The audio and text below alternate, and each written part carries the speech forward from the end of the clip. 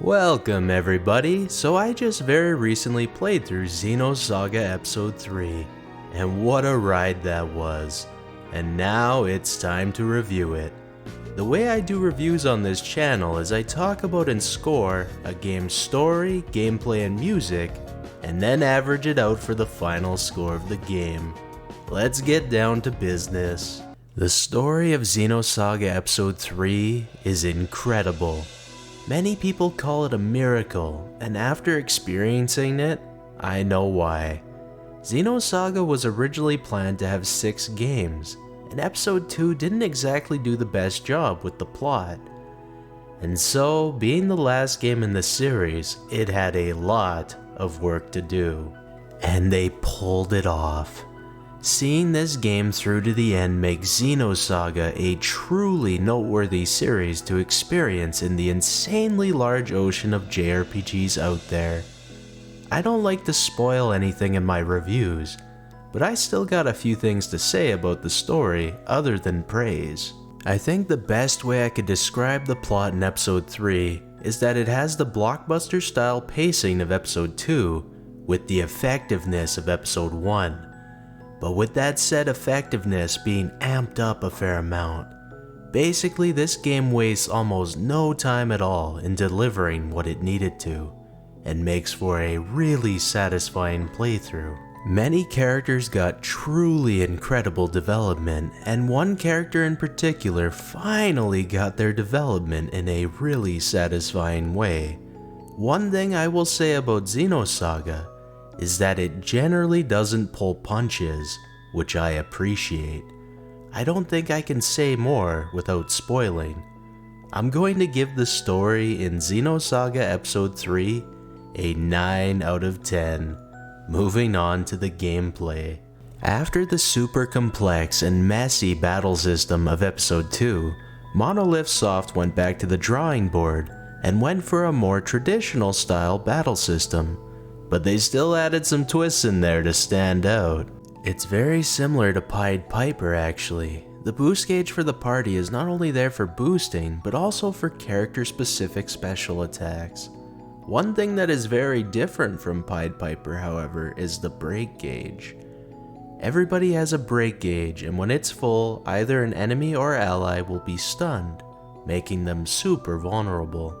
I would say overall the base combat system is super simple yet super effective. Nothing wrong with that at all. After dealing with the complexities of Episode 1 and 2, it was refreshing even. But that's not all there is to talk about with the gameplay. The mecha combat in Episode 3 is a massive improvement over the previous games. I didn't even talk about the mechas in Episode 1 because they didn't seem very relevant. And I only briefly talked about them in Episode 2. This time, they are a massive part of the gameplay, and a lot more fun to play as. Instead of a boost gauge, every unit has an anima gauge, and when that gauge is full, it can be activated to fire off a super move, and then also use less energy for attacks, meaning more set attacks can be used. The attacks you have at your disposal are based on what you equip the units with, and there is quite a lot of customization that you can do. Even though the mechas you have are super powerful, it doesn't mean the fights are just fan service. Some boss fights are especially crazy, and may need you to do some customization, or guard at the proper timings.